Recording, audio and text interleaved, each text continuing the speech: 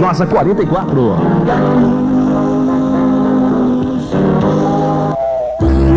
Quando alguém vem me visitar, porque bom gosto em minha casa sempre vai morar.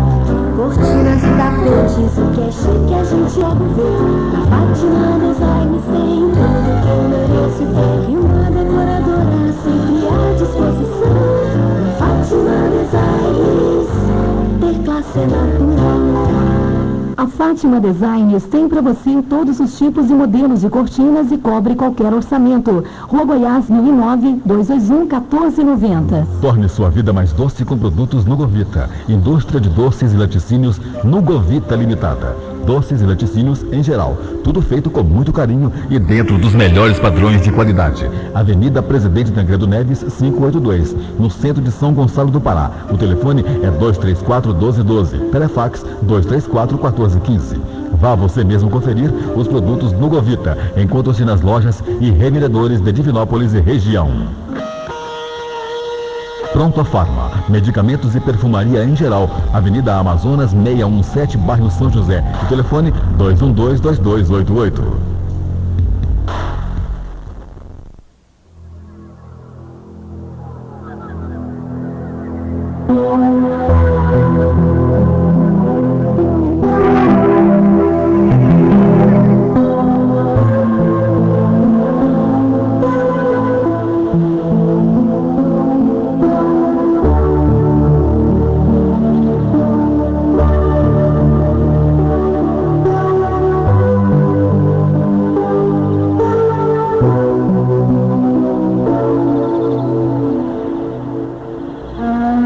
Aprenda a ceder em favor de muitos, para que alguns intercedam em seu benefício nas situações desagradáveis. Ajude sem exigência, para que os outros o auxiliem sem reclamações.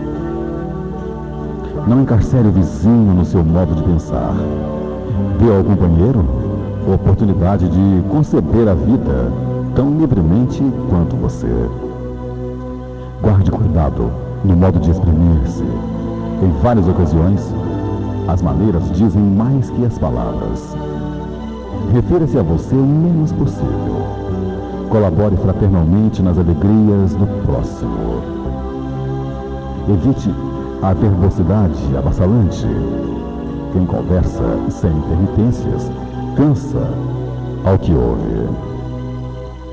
Deixe ao irmão a autoria das boas ideias e não se preocupe se for esquecido, convicto de que as iniciativas elevadas não pertencem efetivamente a você, de vez que todo bem procede originariamente de Deus. Interprete o adversário como portador de equilíbrio. Se precisamos de amigos que nos estimulem, necessitamos igualmente de alguém que indique os nossos erros. Discuta com serenidade. O opositor tem direitos iguais aos seus. Se você considerar excessivamente as críticas do inferior, suporte sem mágoa as injunções do plano a que se precipitou. Seja útil em qualquer lugar, mas não guarde a pretensão de agradar a todos. Não intente o que o próprio Cristo ainda não conseguiu. Defrontado pelo erro, corrija-o primeiramente em você, e em seguida nos outros, sem violência e sem ódio. Se a perfídia cruzar o seu caminho, recuse-lhe a honra da indignação. Examine-a com um sorriso silencioso. Estude-lhe o processo calmamente e, logo após, transforme-a em material digno da vida. Ampare fraternalmente o invejoso. O despeito é indisfarçável, homenagem ao mérito, e pagando semelhante tributo, o homem comum atormenta-se e sofre. Habitue-se à serenidade e à fortaleza nos círculos da luta humana. Sem essas conquistas, dificilmente sairá você do vai-vem das reencarnações inferiores. Estamos iniciando mais um programa Projeto Futuro, reunidos nesta grande sala de aulas para levar até você a mensagem espírita. O programa Projeto Futuro é uma produção do CEP, Centro de Estudos e Pesquisas Espíritas. Realização AME, Aliança Municipal Espírita de Divinópolis.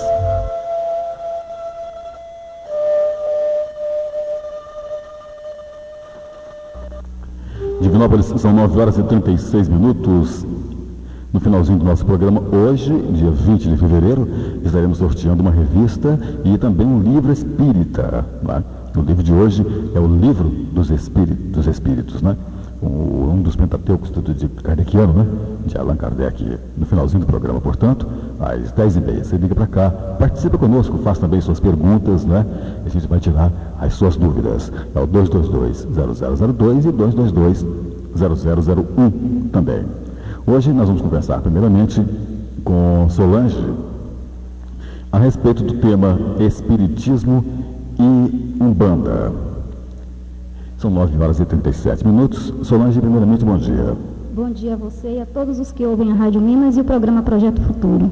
Nós vamos então aqui tirar algumas dúvidas, né, e dissertar a respeito do que é o Espiritismo, do que é a Umbanda, sem querer fazer comparação nenhuma, né, Solange? Simplesmente falar a respeito. Falar a respeito, mostrar o que é um e o que é o outro. Exatamente. Não é um estudo geral e aprofundado, são apenas diferenças. Nem puxar para um lado, nem puxar para o outro, não é verdade? Solange, o que é sincretismo religioso? A palavra sincretismo, né, nós sempre estamos ouvindo falar de sincretismo, principalmente na Bahia, né, que se diz o berço do sincretismo religioso no Brasil. É uma palavra de origem grega e significa fusão de elementos culturais diferentes em um só elemento. Porém, alguns elementos de determinadas religiões que se fundiram continuam perceptíveis.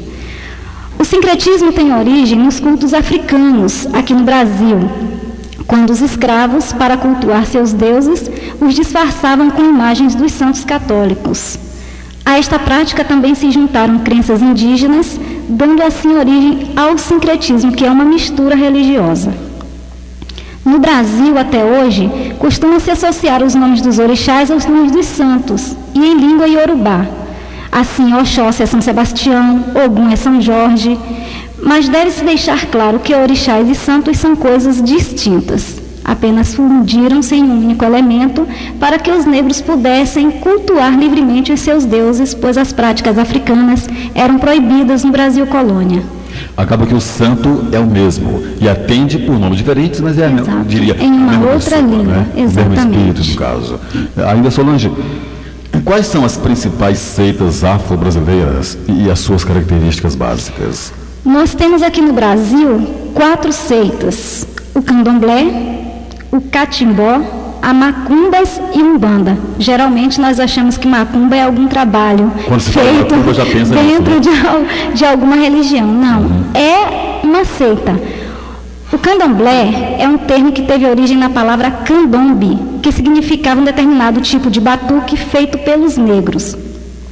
O termo foi se modificando e assumiu a fonética que nós encontramos hoje. Suas características são sacrifícios de animais para desmanchar trabalhos, uso de roupas coloridas e vários colares, que são as guias. Cada cor é dedicada a um orixá. Os pontos, que são cânticos em línguas africanas, como Angola, Nagô, Jeje. E as apresentações em público são apenas nos dias de festa, nas chamadas saídas dos santos. O candomblé é também denominado de culto de nação. Ele contava com 600 orixás. Este número caiu para 50 e hoje aqui no Brasil encontramos apenas 16. Temos o catimbó, que tem origem na chamada pagelança, que era um ritual indígena. O catimbó trabalha com espíritos inferiores, segundo se conta, e estes são enviados para vilipendiar as outras pessoas. A macumbas é uma palavra que designava um instrumento musical africano e logo passou a ser sinônimo de trabalhos inferiores no campo espiritual. Se desenvolvem em terreiros que se dizem umbandistas, trabalhando com entidades que se passam por exus, e é o que se chama de baixa magia negra, e é também popularmente conhecido como quimbanda.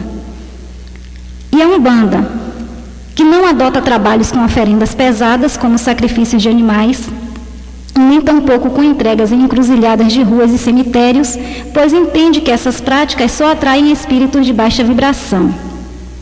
Os pretos velhos e os caboclos são as suas principais entidades.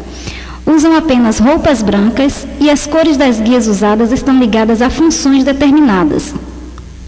Brancas para induzir pensamentos puros, amarelas para quebrar mal-olhado e energias perigosas, como a inveja e a cobiça, azul para acalmar e induzir a estados mentais superiores. Os pontos são cantados em português, preparando para o início da reunião enquanto se fazem defumações.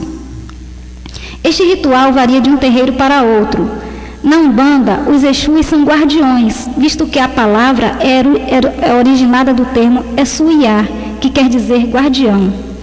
São entidades que trabalham para proteger e combater as investidas das criaturas inferiores por estarem mais ligadas à terra e mais familiarizadas com os problemas pessoais, como dinheiro, amores, e a Umbanda deixa claro que as estatuetas de diabinhos, que muitos insistem em dizer que são retratos fiéis dessas entidades, nada tem realmente a ver com elas. As imagens assustadoras, dizem, agridem a mente e a meta é higienizar e manter a mente das pessoas serenas. Note bem, a gente quando comenta com as pessoas, inclusive os espíritas, né, de uma forma geral,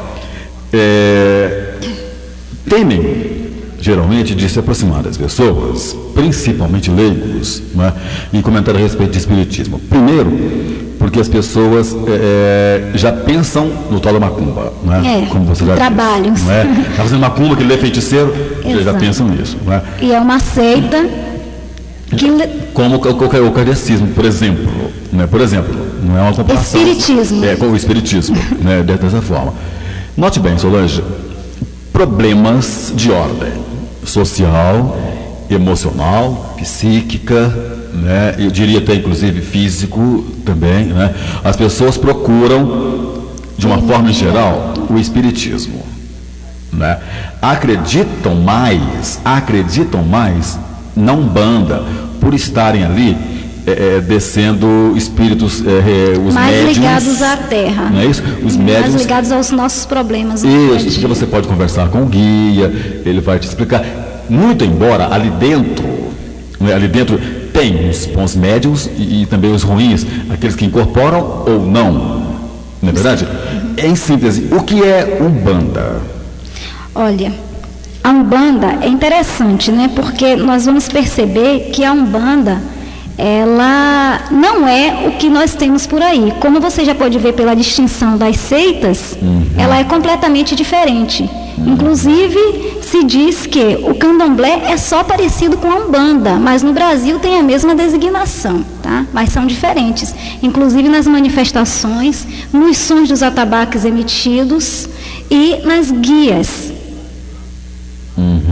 São completamente diferentes. Porque a Umbanda, vamos ao seu início. De início ela foi chamada Alabanda. Em seguida, a Umbanda, que é palavra que em sânscrito pode ser traduzida como conjunto das leis de Deus. Em linguagem banto, linguagem africana, encontramos Nibanda, que significa sacerdote. De acordo com a história, a Umbanda surgiu para promover uma evolução nas práticas de magia que vinham sendo executadas de forma desequilibrada. A Umbanda se baseia na sabedoria dos povos indígenas, que foi adulterada e modificada com o passar do tempo. Para explicar o que vem a ser a Umbanda, precisamos entender suas particularidades, e ela é dividida em uma pirâmide imaginária, de acordo com os tipos de terreiros. Na base da pirâmide, nós encontramos os terreiros de vivência popular, que são em maior número e possuem atabaques e imagens de santos em grande quantidade. Ao centro, são os terreiros que, segundo falam, fazem um trabalho mais sofisticado. Não possuem atabaques, geralmente batem palmas, e o número de imagens de santos é pequeno.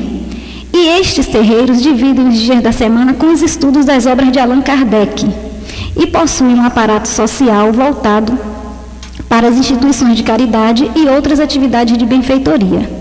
E no topo dessa pirâmide estão as tendas da chamada Umbanda Iniciática, que são em menor número. Nestes templos quase não existem aspectos do sincretismo, pois busca-se os fundamentos da lógica e da razão, buscando também adaptar a linguagem e os rituais ao nível das pessoas e entidades. Apesar do pouco aspecto do sincretismo, ainda há nesses templos algumas imagens de santos, porque se compreende que eles são de grande valia, porque trazem segurança àqueles que ainda se encontram divididos entre o catolicismo e a Umbanda. Como religião, seu principal objetivo é levar o homem a se voltar para Deus. Seu trabalho se baseia na comunicação com os desencarnados e os ensinamentos que vêm dos guias espirituais são seguidos à risca. O movimento umbandista diz trazer grande responsabilidade, que é libertar o planeta Terra das trevas, né? Fazê-lo mais leve, mais alegre, dar aos que não têm uma chance, lembrarem a sua missão aqui na Terra, despertar as consciências sem agredi-las, para que possam se tornar felizes na prática da caridade. Então deu para você perceber o que é a Umbanda, como ela está dividida, e essa Umbanda iniciática, ela é em menor número. Tá? Em São Paulo existe um núcleo da Umbanda iniciática, mas em algumas regiões do Brasil, o que nós estamos encontrando então é a chamada Umbandomblé, é uma mistura da Umbanda com o Candomblé. Bom, vamos continuar nosso estudo. Eu estava querendo fazer perguntas paralelas, mas a gente pode atropelar. Vamos, né, como diz o esquartejador, por partes. Agora, e o Espiritismo? O que é o Espiritismo? A palavra Espiritismo é um termo criado por Allan Kardec para designar a doutrina dos espíritos. Não se personifica em nenhuma individualidade, é fruto dos ensinamentos dos espíritos. É o resultado do trabalho de uma infinidade de espíritos sábios. Allan Kardec foi escolhido para transmiti-la, pois reunia qualidades especiais, tanto no campo do conhecimento quanto no campo moral. Foi o coordenador das atividades dos espíritos aqui na Terra, e o bom senso levou a preocupar-se com toda a obra, examinando os fenômenos nos seus menores detalhes. O Espiritismo é uma ciência. Estuda e observa as relações que se estabelecem entre nós e os espíritos. É uma filosofia. Compreende todas as consequências morais dessas relações. É uma religião. Busca religar o homem a Deus. Não possui dogmas, nem rituais, nem liturgias, nem símbolos sacerdotais. Não adota a idolatria de imagens de santos. O Espiritismo possui características próprias e princípios básicos definidos, como Deus, pluralidade das existências, imortalidade da alma, pluralidade dos mundos e espíritos. Então, Deus é a inteligência suprema, é a causa primária de todas as coisas, é o Criador. A gente colocaria teoria e prática, assim? Podemos colocar dessa forma? Umbanda prática, o Espiritismo... Não se pode colocar dessa forma? Umbanda é Umbanda, Espiritismo é Espiritismo. Tá, agora nós... Existem pessoas, voltando àquele comentário primário que eu fiz a respeito de Umbanda e de Espiritismo. Tá? Existem pessoas que acreditam, não é, que a Umbanda pode lhe salvar dos males da terra. Certo? E por quê? Dentro daquilo que eu já te passei. Porque você ali vai estar conversando com o seu guia, o guia vai estar junto de você o tempo todo, e o que não acontece, o que não aconteceria, note bem, o que não aconteceria no Espiritismo, né?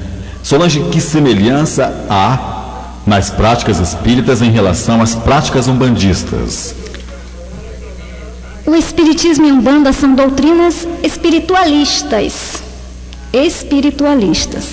Tá? Creem na existência de Deus, na imortalidade do espírito, reencarnação. Existe a manifestação de espíritos com nuances diferentes, é claro, em ambas. Mas há entre elas claras e distintas diferenças quanto à origem, o conteúdo doutrinário e a prática ritual. Na origem, o que nós vamos encontrar? O Espiritismo foi codificado por Allan Kardec na França no século passado. Isto é, ele tornou de forma clara os ensinamentos dos espíritos a partir da observação das manifestações. Estudou os fenômenos, mostrando de forma clara, lúcida e racional a atuação dos espíritos. Os fenômenos psíquicos que já eram antigos atraíram a atenção do mundo quando surgiram os fenômenos de Hydesville, nos Estados Unidos, em 1848.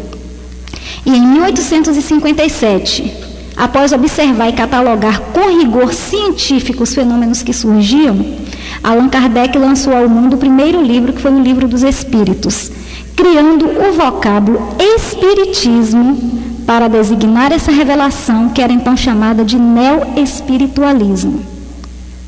A Umbanda tem suas origens nos cultos afro-brasileiros. E como marco inicial no Brasil está a manifestação do Caboclo das Sete Encruzilhadas, através do médium Zélio de Moraes, em Niterói, estado do Rio de Janeiro, em 1908. O conteúdo doutrinário. O Espiritismo se baseia em postulados científicos, filosóficos e éticos. Difere de todas as religiões, por demonstrar a lógica dos seus ensinamentos através de experiências científicas e por apresentar uma filosofia baseada em experimentações e observações, documentada por diversas pessoas. É uma doutrina religiosa sem dogmas. Não pretende demolir as demais religiões, pois reconhece a necessidade de todas elas para grande parte da humanidade. Trouxe à tona conhecimentos que estavam revelados parcialmente, completando-os e esclarecendo-os. É universalista e de todos os tempos. Norteia os homens para o conhecimento evangélico em todos os atos da sua vida. Visa, sobretudo, cristianizar a humanidade através da evangelização.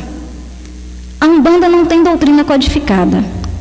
E seu conteúdo doutrinário está ligado a aspectos cabalísticos. E o que é a Cabala? A Cabala é uma palavra hebraica que quer dizer tradição. É uma tradição filosófica entre os hebreus que estuda o simbolismo dos números e das letras, ou seja, eles fazem uma leitura interpretativa da literatura religiosa. Também denominou movimentos místicos e esotéricos que passaram a existir na Europa a partir do século XII. Os seguidores da Cabala dizem haver um sentido secreto na Bíblia que é preciso ser decifrado.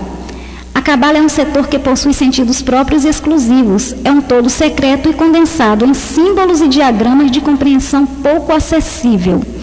A divindade tem dois atributos, um negativo e um positivo, que se manifestam em todos os ramos da atividade universal. Sua concepção teológica é a magia, um conjunto de fórmulas e ritos que tem em vista principalmente o domínio das forças da natureza e as afirmações do poder individual no campo do espírito. No teórico, é uma reprodução particularizada e restrita dos conhecimentos esotéricos dos hindus e dos egípcios. A Cabala foi a fonte de inspiração para o surgimento de diversas correntes iniciáticas com conteúdo doutrinário esotérico. Viu? Notou a diferença? Bastante. Agora, e temos também a prática ritual, que difere, que vai dar semelhança. Isso. O Espiritismo não adota liturgias, nem símbolos e nem sacerdócio organizado. Nem tampouco adota em suas reuniões e em suas práticas paramentos ou vestimentas especiais, incenso, fumo, mirra ou qualquer substância que produza fumaça, vinho ou outra bebida alcoólica qualquer. Não existe isso no Espiritismo. Altares, imagens de santos ou outras, andor, velas ou outros objetos que sirvam para aguçar a curiosidade. Hinos, cantos em línguas mortas ou exóticas. Quando se adota preces cantadas, essas são apenas na língua do país e devem se dar em ocasiões festivas, como na evangelização ou na mocidade. Danças, o Espiritismo não adota, procissões ou atos parecidos, atendimento a interesses materiais ligados à terra, pagamento por toda e qualquer graça alcançada, talismãs, amuletos, orações miraculosas, santinhos bentos, escapulários ou qualquer objeto semelhante, administração de sacramentos, concessão de indulgências, distribuição de títulos nobiliárquicos, confecção de horóscopos, exercício de cartomancia, quiromancia, astromancia ou outra mancia qualquer que exista, né? Termos exóticos ou heteróclitos, ou seja, excêntricos, para a designação de seres e coisas, promessas de qualquer espécie, despachos, riscar cruzes e pontos, enfim, uma série de rituais que são típicos de concepções religiosas que têm como segmento os rituais místicos. E o Espiritismo não se baseou em rituais místicos como a Cabala. A Umbanda atua no plano da natureza. Propõe a existência de 7 linhas que são faixas energéticas, onde se manifestam uma infinidade de espíritos. Para eles, abaixo de Deus, 7 foram os espíritos responsáveis pela criação do universo. Esses espíritos são denominados na Umbanda por orixás. Em suas reuniões, adota-se objetos ritualísticos, velas, imagens, charutos e cachimbos, guias, cada guia com uma função determinada, atabaques, roupas brancas, estalar de dedos, defumação, pontos cantados. E os pontos, que são, segundo a Umbanda iniciática, os verdadeiros são aqueles chamados de raiz, e servem para impregnar certas energias e desimpregnar outras, de acordo com o que está sendo cantado, pois cada linha representa uma imagem. Para Ogum são emitidos sons vibrantes, para Xangô, sons graves. A Umbanda adota a pemba, que é o giz branco usado nos rituais pelas entidades para traçar os sinais cabalísticos que movimentam as energias e uma certa classe de espíritos. Adotam assobios, que são os sons básicos da natureza, e pés descalços, pois o congá, que é o altar, é um lugar imantado de vibrações positivas e deve estar sempre livre das energias negativas, e o sapato é um objeto anti-higiênico, devido aos lugares onde nós passamos. Encontramos também os pais e as mães de santo, e os médiuns são denominados cavalos. Por quê? Cavalo é aquele que tem o privilégio de ser montado pela entidade. Então, também aparelho, né, pessoal? Por aí você nota a distinta diferença que há entre espiritismo e demais religiões que adotam cultos místicos em suas reuniões. Embora exista essa diferença, por que a mídia e a massa em geral chama todas essas práticas pelo nome de espíritas? Devido a alguns postulados, a partir de uma observação superficial, que existe em um e em outra. Ambas são espiritualistas, ambas creem na imortalidade da alma, na reencarnação, na lei de ação e reação, que é o karma, mas foi devido ao fenômeno mediúnico que o nome espiritismo passou a designar todas as doutrinas que mantivessem intercâmbio com os desencarnados. E se você parar para ver, ambas vêm sendo alvo de interpretações confusas, que refletem a visão pessoal que cada um tem. O espiritismo trabalha com a mediunidade. Algumas seitas trabalham com mediunismo, visando apenas o fenômeno. Ou seja, todas são vistas como uma coisa só, devido a erros de interpretação, por falta de estudo e observação. Mas se houver uma observação apurada, veremos segmentos diferentes e que os postulados podem ser idênticos, mas diferem no grau de aprofundamento. Um exemplo está na presença dos orixás na Umbanda e não no Espiritismo. Outro exemplo, os desencarnados, em algumas seitas, eles são um antepassado divinizado. Os orixás são antepassados divinizados para os que trabalham com eles, que em vida tiveram domínio sobre certas forças da natureza e trabalho em geral, que conheciam qualidades e propriedades de plantas e o seu manuseio. O Espiritismo não diviniza nenhum espírito. Logo, não existe nem baixo nem alto espiritismo, como se diz popularmente. As seitas espiritualistas possuem uma sistemática e uma essência bastante diferente do espiritismo. O espiritismo é codificado por Allan Kardec. E essas seitas têm origem nos cultos afros. Nós não podemos confundir. Não se encontra no espiritismo características afros. Bom, vamos lá. Solange, por que motivo não se ouve falar sobre espíritos, como na Umbanda nós estamos citando aqui, preto velhos e caboclos, nas práticas espíritas, na área mediúnica? Essas entidades, caboclos e pretos velhos, são entidades básicas da Umbanda, assim como a criança e o Exu. As entidades chamadas baianos, boiadeiros e outros são chamadas para trabalhar dos subplanos da lei de Umbanda, para fim de reajuste kármico e necessitam de certos rituais para a sua manifestação. Um exemplo, os pontos cantados muitas vezes são ensinados pelas próprias entidades e eles são de suma importância naquele ritual para a presença da entidade, porque traduz a sua vibração. A pemba, que é a grafia dos orixás, serve para ativar as forças astrais que são movimentadas de acordo com o tipo de trabalho executado. Os assobios, cada entidade emite um som, de acordo com sua linha de trabalho. No Espiritismo, nós não fazemos utilização de rituais no contato mediúnico. Mesmo assim, pode uma entidade conseguir se desvincular daquela forma por achá-la conveniente, mas não é necessário que ele se identifique, pois no Espiritismo nós não estamos valorizando a personalidade, mas o conteúdo. Existe, então, para essas manifestações nuances diferentes, também devido ao ambiente. No Espiritismo, há um trabalho de assistência aos desencarnados e os médiuns são orientados a controlar o espírito, evitando manifestações que tumultuem o ambiente, pois o médium é apenas um intérprete e deve buscar na sua contenção o auxílio àquele que se comunica, não deixando que o espírito comunicante o conduza. Comumente, nós encontramos nas outras práticas, um transe, e chega a ser às vezes um transe até violento, em que o médium comporta-se como uma entidade a qual dá passividade, canta, dança, suas expressões faciais e as maneiras de se portar se modificam, porque o transe tem o caráter de fazer com que o médium assuma as afinidades de temperamento da entidade.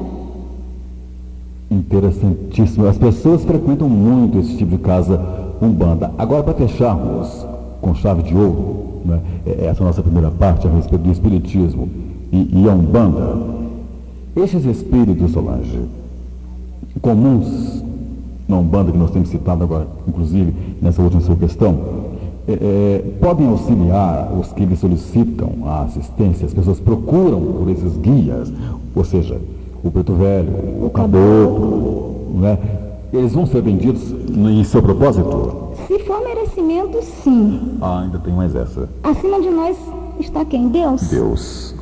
Temos também pela frente a lei de causa e efeito. Nós devemos deixar claro que forças mobilizadas para prejudicar outros estará prejudicando acima de tudo aquele que a manipula. Nada ocorre em nossas vidas por acaso. E as entidades, sejam elas na Umbanda ou no Espiritismo, não estão aqui para ficarem realizando nossos desejos como gênios de lâmpada. Eles podem nos incentivar à fé pura e verdadeira e ao trabalho enobrecedor, para que através de nossas boas ações venhamos a ver os nossos desejos realizados. Os caboclos representam a força e a determinação e trazem a sabedoria através do conselho. Segundo a Umbanda, são sábios que se utilizam de uma forma mais simples para trazer uma mensagem de força e fé aos necessitados. Os preto velhos ou pais velhos também representam a sabedoria na forma de experiência, paciência e calma. Representam a humildade, utilizando-a em benefício dos necessitados.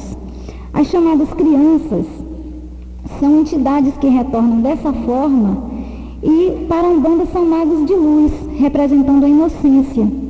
E deixa claro o seguinte: estas entidades vêm para realizar um trabalho a nível psicológico e não para ficar mobilizando forças para arrumar marido para quem está precisando, emprego para outro.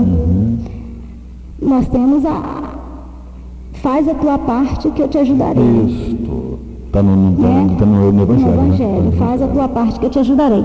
Acima de tudo, através de nossas próprias forças, devemos buscar aquilo que queremos, com equilíbrio, com serenidade.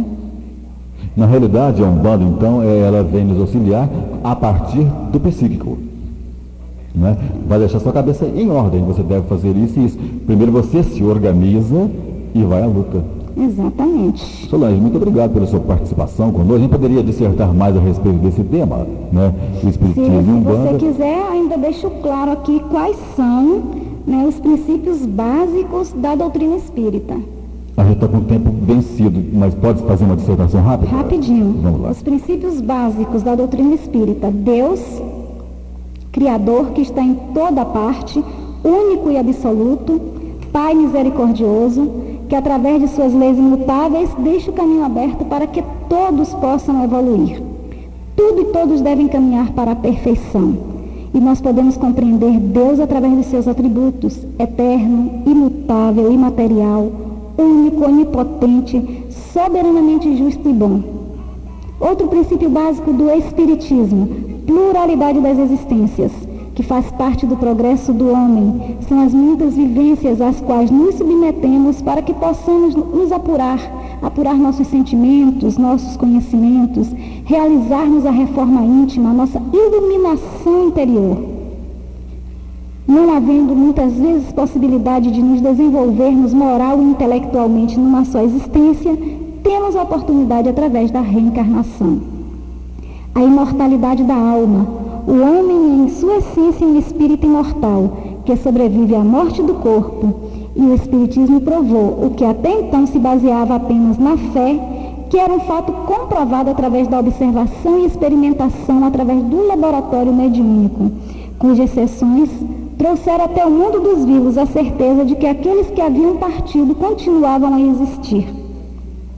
A alma é indivisível, imortal e imperecível, e cientistas diversos não espíritas comprovaram o fato da imortalidade do espírito, como Charles Richer, William Crookes, Camille Flammarion, Alexandre Aksakov, Paul Gibier, Gabriel Delany, que deixaram isso escrito para o mundo atual. A pluralidade dos mundos. É incoerente a ideia de que sua Terra possa ser habitada. A ciência nos mostra a existência de milhões de planetas e a Terra não ocupa posição de destaque no universo, nós bem sabemos disso. Devemos lembrar o que nos disse Jesus: há muitas moradas na casa do Pai, e esta casa é o universo. Os mundos são as moradas. São muitos os mundos e em vários níveis de progresso, desde os mais atrasados, onde encontramos ainda seres embrutecidos, aos mais adiantados, onde reina a harmonia, a paz e a beleza. Mundos onde não se conhece o mal, pois seus habitantes, evoluídos moral e intelectualmente, vivem em perfeita harmonia com as leis de Deus, e a Terra está caminhando para isso. E os espíritos que vivem ora na Terra, encarnados, ora no espaço, desencarnados, estão em plena atividade, nada impede que se comuniquem, apesar de estarem em um plano vibracional diferente.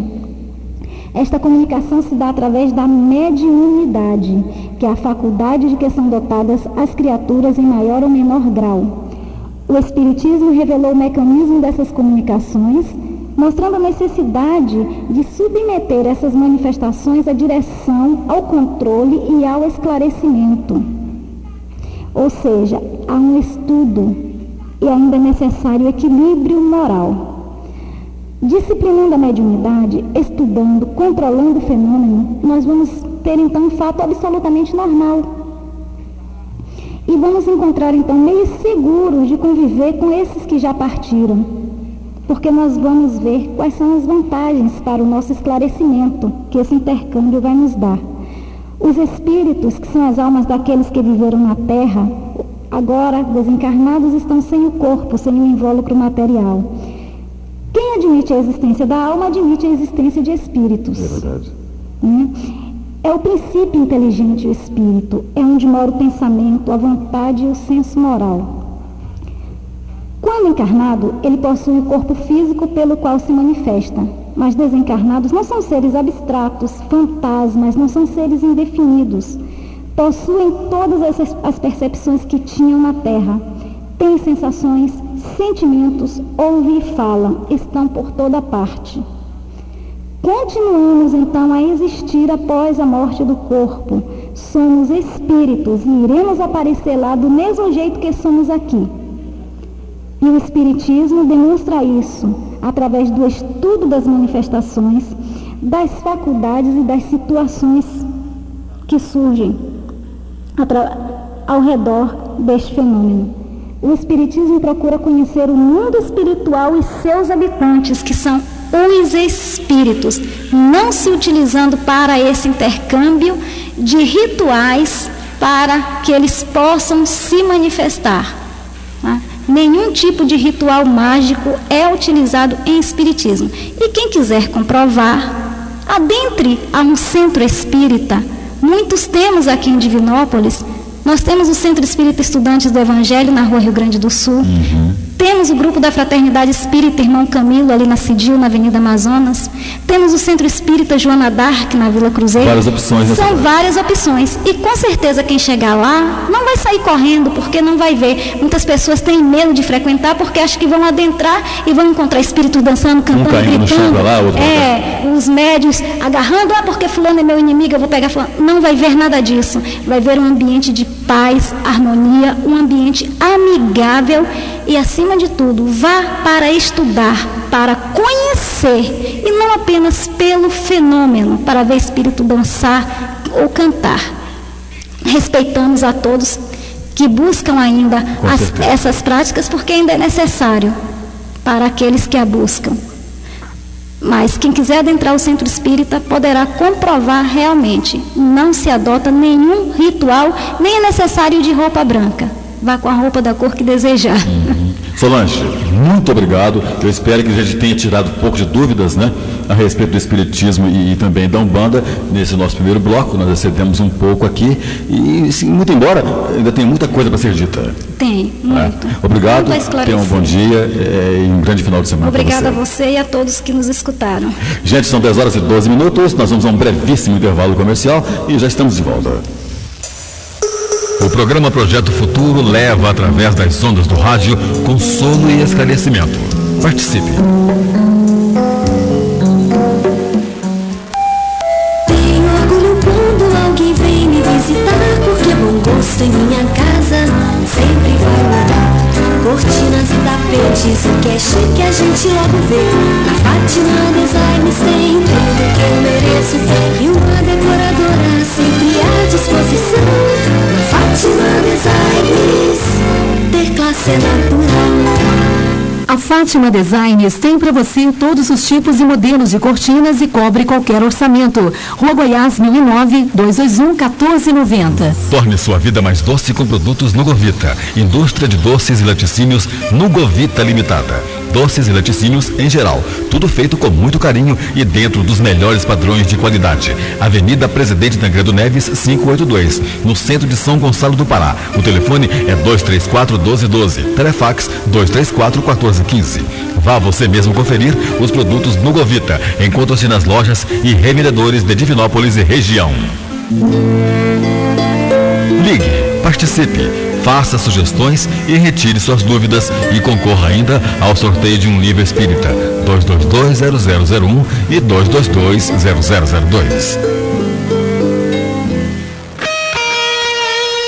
Pronto Farma, medicamentos e perfumaria em geral. Avenida Amazonas 617, bairro São José. O telefone 212-2288. Vista-se a moda e sinta a emoção de viver agora as cores da estação. Cactus, a sua moda jovem. Cactus, a sua moda agora. Cactus nos momentos com você. Cactus, Espírito Santo 512, 037-222-4755 e Dib Shop, Avenida JK 1200, Nossa 44.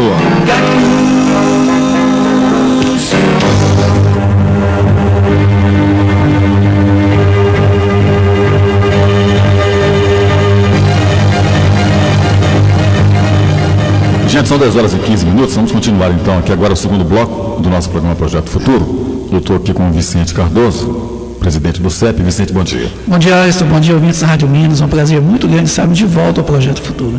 Vamos esclarecer, né, tirar as dúvidas, né, a respeito. Com certeza. Né. Vicente, eu gostaria de responder aqui algumas questões das pessoas que estão participando conosco pelo 222-0002. Primeiramente, eu tenho perguntas aqui de Maria de Faria, do bairro Santo Antônio. Ela nos questiona: qual a visão espírita a respeito de Jesus? Ele encarnou pelo Espírito Santo, conforme dizem os católicos? A visão que nós temos é até uma visão que é explicada pelo próprio Kardec no livro Alba Póstumas, que diz que Jesus ele teve uma vida comum como nós, como homem. e que, na verdade, ele veio da parte de Deus, como todos nós viemos também.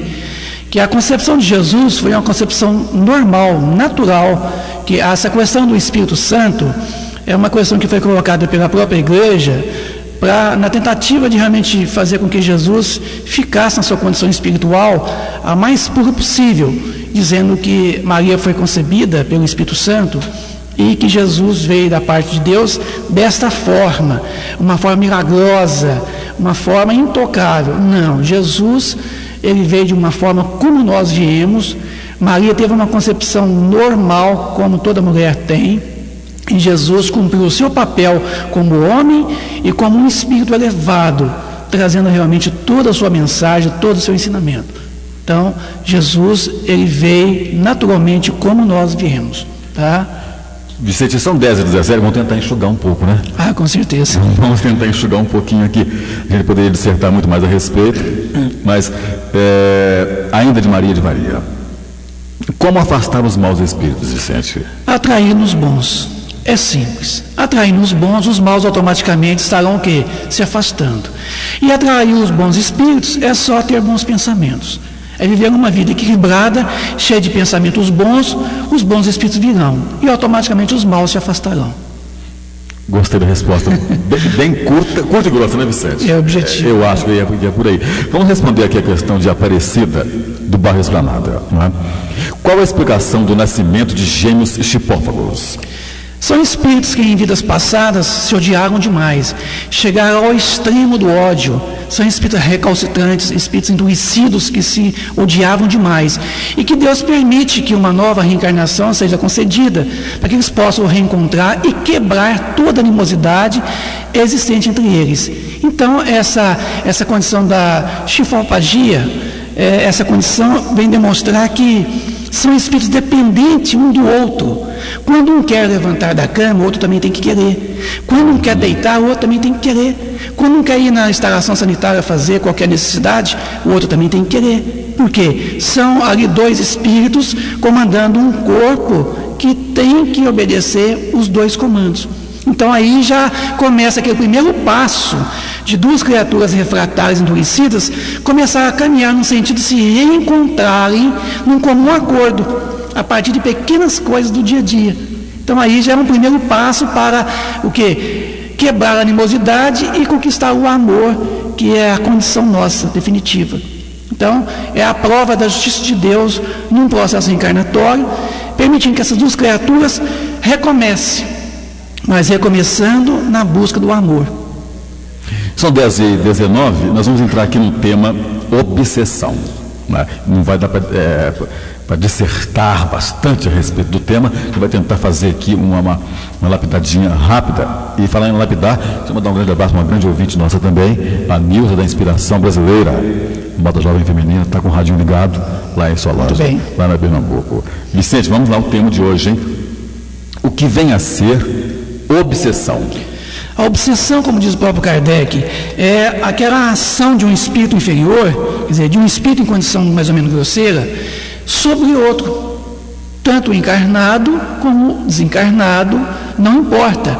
Então é aquela ação que existe de um espírito em relação ao outro, com o propósito de constrangê-lo, de oprimir, de levar ele a tipos de comportamentos variados, no sentido às vezes de vingar, no sentido às vezes de saciar as suas necessidades, tá? Os seus vícios, hábitos e até mesmo que gosto por uma coisa qualquer. Então, muitas vezes os espíritos agem sobre nós, nos coagindo, usando a gente para que eles possam saciar as suas necessidades. Outras vezes é um amigo familiar que passa a nos perseguir, independente de querer fazer mal ou não. Sem querer fazer mal, ele passa a ter conosco aquele contato diário e, sem perceber, ele está nos prejudicando. Aí nasce um processo simbiótico que, com o tempo, vai nos trazer prejuízo enorme. Então, muitas vezes, a obsessão tem essa característica de ser um espírito maledicente, grosseiro, de condição inferior, que vai obsediar outro, quer dizer, vai agir sobre outro no sentido de constrangê-lo. Outras vezes não tem a pretensão de constrangir, de coagir, de oprimir, mas que na verdade a presença, o contato fluídico nos traz um prejuízo e nós automaticamente causamos a eles também um prejuízo, porque a obsessão é um processo recíproco. Eles vão nos obsediando e nós automaticamente vamos obsediando eles também, porque é uma relação entre dois ou mais de dois. Emmanuel, no seu livro Consolador, conceitua a obsessão como sendo o equilíbrio de forças inferiores que se retratam. Quer dizer, um age, o outro reage. É recíproco. É por isso que há obsessor e há obsediado. Então a obsessão é isso aí, é essa ação de um espírito sobre o outro. Não importa seja encarnado ou desencarnado. Vicente, obsessão é sinônimo de possessão? Não, é pelo contrário. A possessão, ela decorre do processo de subjugação que Kardec o chama de obsessão. Então, quer dizer, subjugação é obsessão. E a possessão é um termo muito antigo, usado para designar o quê? Aquele processo pelo qual o espírito obsessor, ele tomava posse do obsediado, uma posse total. Então, o processo de possessão, ele tem duas características importantes, Aristo, que o Kardec fez a questão de salientar no Livro dos Médiuns. Porque a possessão implica na crença de seres criados para o mal e perpetuamente voltados ao mal, ao passo que não há senão seres mais ou menos imperfeitos e que podem todos se melhorarem com o tempo. Segundo, que implica igualmente a ideia na tomada de posse do corpo por um espírito estranho, uma espécie de coabitação, ao passo que não há senão um constrangimento. Então, a questão da possessão, ela não é sinônimo de obsessão, porque a possessão, na verdade, não existe, porque um espírito não pode coabitar o mesmo corpo. Quer dizer, dois espíritos não podem habitar no mesmo corpo. Então, e nós também não somos totalmente maus, nós somos criaturas imperfeitas, criaturas ignorantes, que às vezes estamos fazendo mal, não de uma forma pretensiosa, mas talvez tentando fazer o bem, e sem saber das consequências, passamos a fazer o mal ao outro. Então o que acontece, Aristo, que na verdade a possessão não é sinônimo de obsessão. A possessão é uma ideia muito antiga que está ligada justamente à questão da subjugação. Sim, a subjugação é um grau mais intenso do processo obsessivo. É o grau máximo do processo obsessivo. É quando realmente a criatura obsediada, ela chega a um grau muito intenso de quê? De um grau de constrangimento mais profundo. Então, a subjugação, sim, a subjugação, ela é um processo obsessivo. Vicente, são 10h25. Geralmente, quando a gente nota ou comenta-se de uma pessoa obsediada, não é? Uma pessoa que geralmente está fazendo coisas alheias à sua vontade própria. Bebe, mata, xinga, faz coisas desse naipe. Quais seriam os estágios da obsessão em relação à sua intensidade? Justamente aquilo que Kardec coloca lá no Livro dos Médiuns, quando ele trata da obsessão. A obsessão simples, que é o primeiro grau, a fascinação e a subjugação.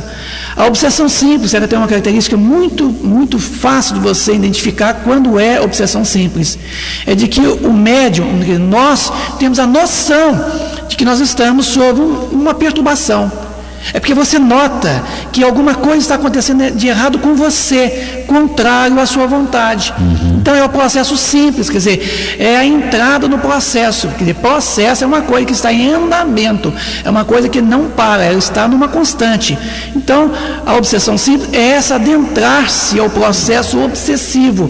Então, você tem condição de analisar, saber e condição até de optar por sair do processo.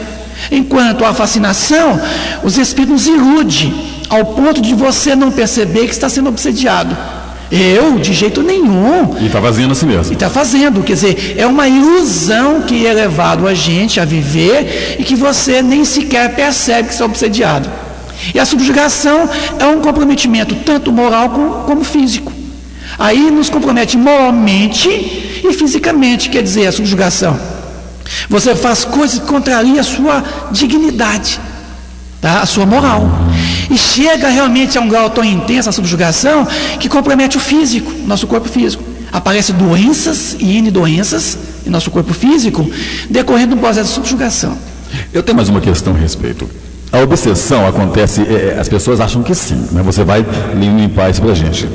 A obsessão acontece só de desencarnado para encarnado? Não.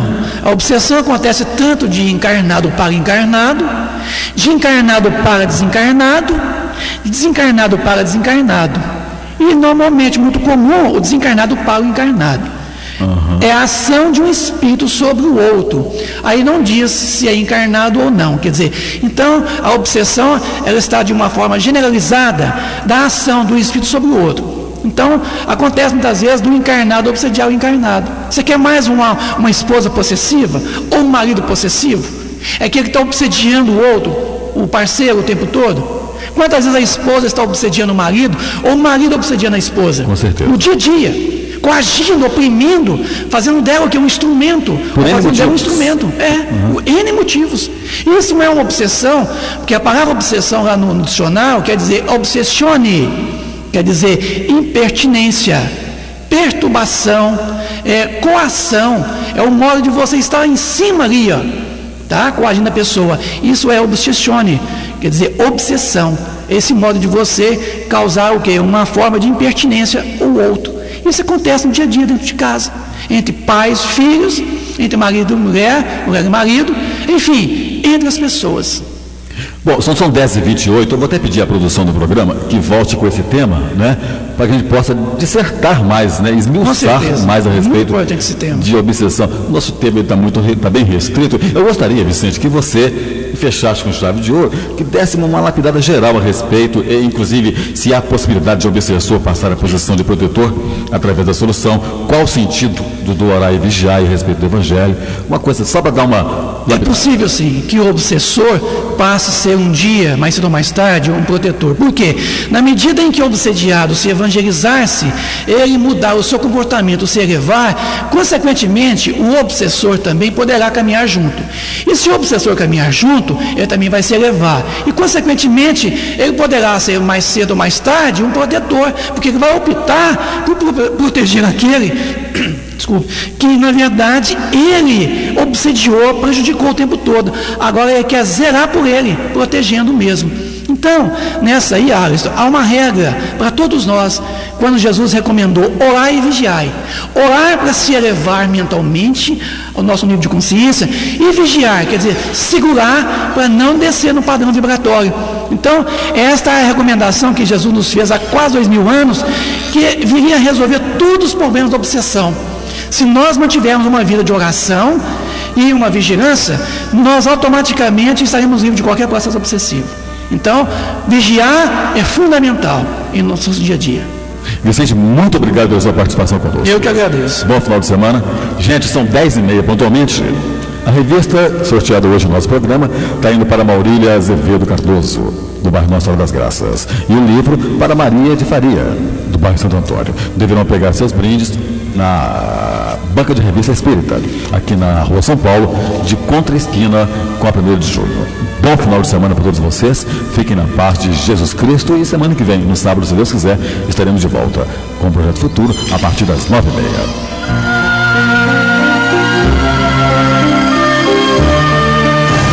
ZYL 204.